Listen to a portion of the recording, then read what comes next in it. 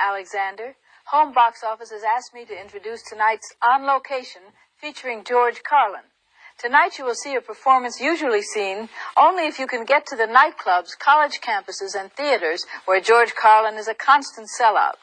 A portion of Mr. Carlin's performance needs special introduction, at least for television. His target is language, how we use it and abuse it.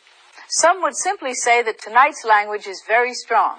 Others would say it goes beyond this and would find it vulgar. Aristophanes, Chaucer, and Shakespeare were vulgar too at times. Anyway, the segment is controversial. It provoked a legal proceeding at the Federal Communications Commission. In March of this year, I am happy to say, a federal court of appeals ruled in favor of Mr. Carlin's right to freedom of speech. Home Box Office intends to provide top programming to subscribers of widely different tastes. One proof of that has been their commitment to bring you the best in contemporary comedy. In the United States, in 1977, that includes George Carlin, one of this generation's philosophers of comedy, defining, reflecting, and refining the way we see our own time. Home Box Office is proud to present this very important performer, but we respect your decision about whether you want to see the program. It contains language you hear every day on the street, though rarely on TV. For those of you who already know George Carlin, you're in for a special evening. For those of you who want to know George Carlin, I'm glad to be here to introduce you.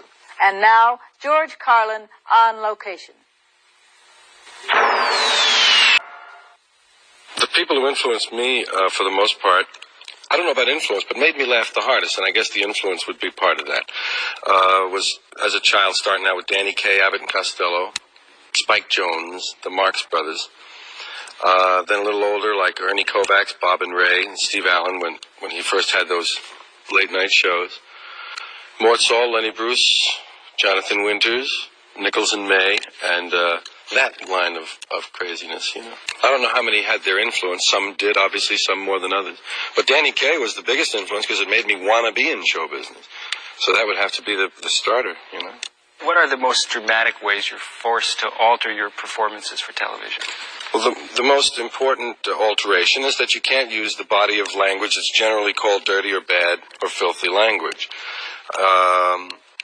That's the prime, and that's not a big restriction if you have something to say. Obviously, you don't need a series of street terms to make your ideas clear, but they're very useful at enhancing ideas and enhancing characters, and in and in giving the element of reality to speech that you want.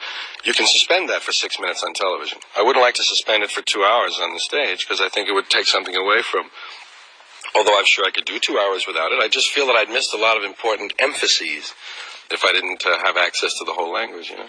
When I was on the Ed Sullivan, this is the funniest censorship one I know of. When I was on Ed Sullivan, I had two jokes in one monologue in 1 6-minute area I was doing. One was about Wallace. It was during the time of that election. It was about Wallace, George Wallace, and I said he keeps calling everybody pointy-headed. He refers to pointy-headed intellectuals.